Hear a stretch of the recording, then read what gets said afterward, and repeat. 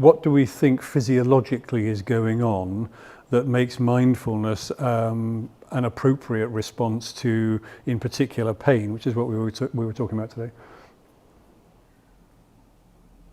There's been a bunch of different types of studies.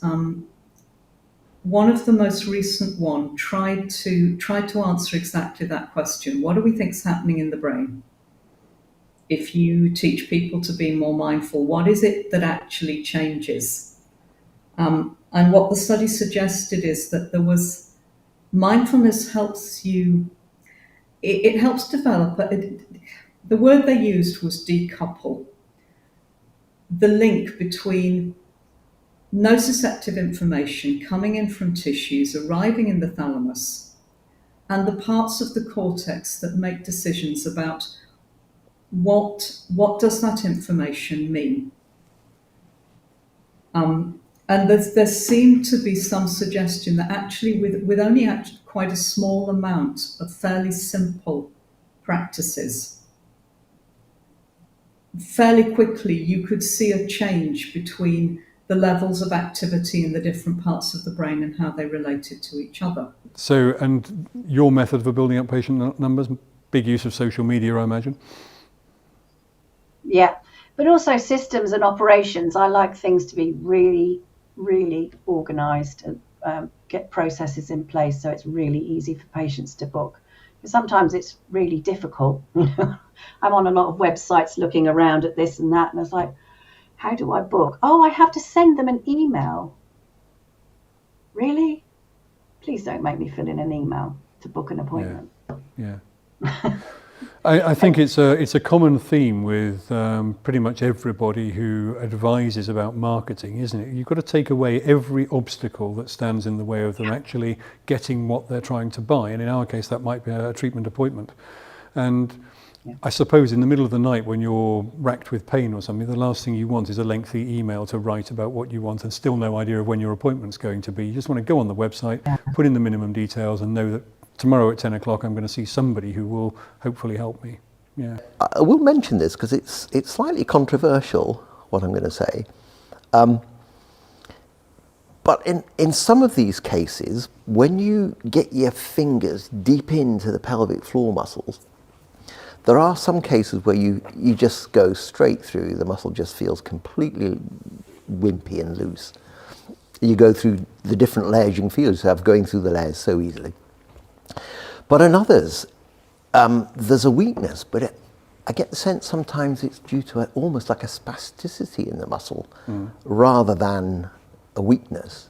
It's weak because it's in a spastic state, and actually sometimes by taking the tension off those, you can get a good result. So that's worth exploring sometimes. Right. It isn't always. And this is something you would do in cases of. This is something I've done a lot of, yeah.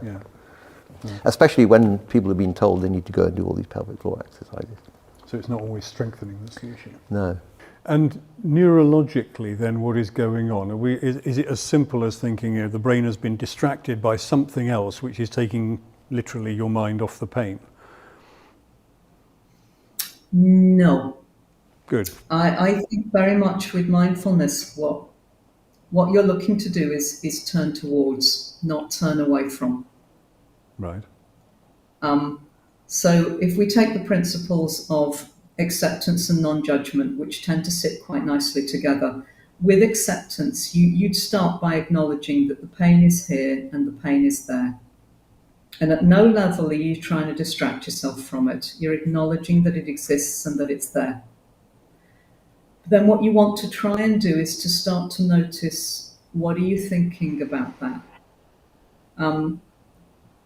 They have a principle in acceptance and commitment therapy which is mindfulness basically used in a one-to-one session, that it's not that thinking is good or bad, it's does the thinking take you in the direction you want to go?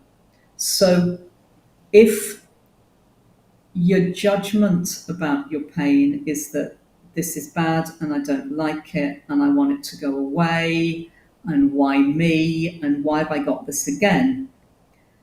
What you're creating is a lot of tension, a lot of tightness, a lot of constriction around being in pain. And what we think what you can do with mindfulness is once you know that that's the habitual pattern of thinking, you can start to soften the thinking. Hmm.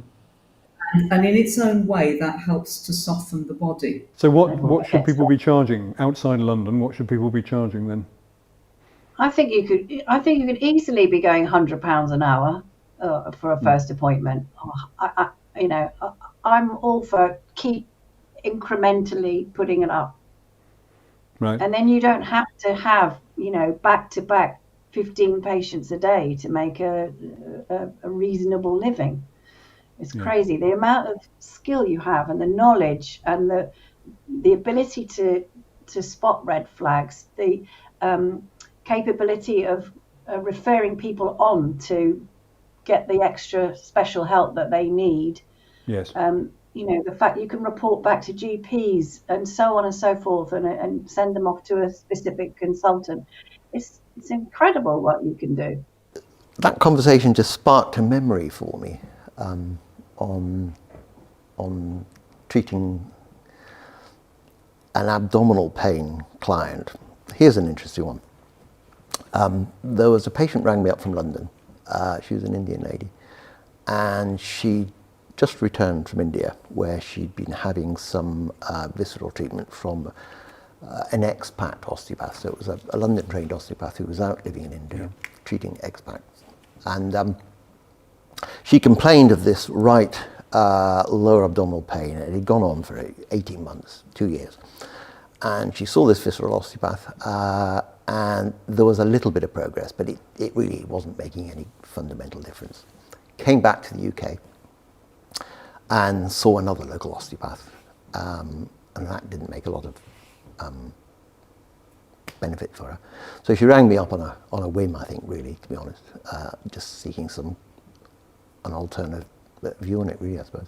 So she came up to see me, and this is one of the issues I have with people who work solely in visceral or solely in cranial, as we were talking about before the show started, is if you're not careful, you can have that hat and just go down that little rabbit hole, and everybody who comes in has got a this or a that, Yes.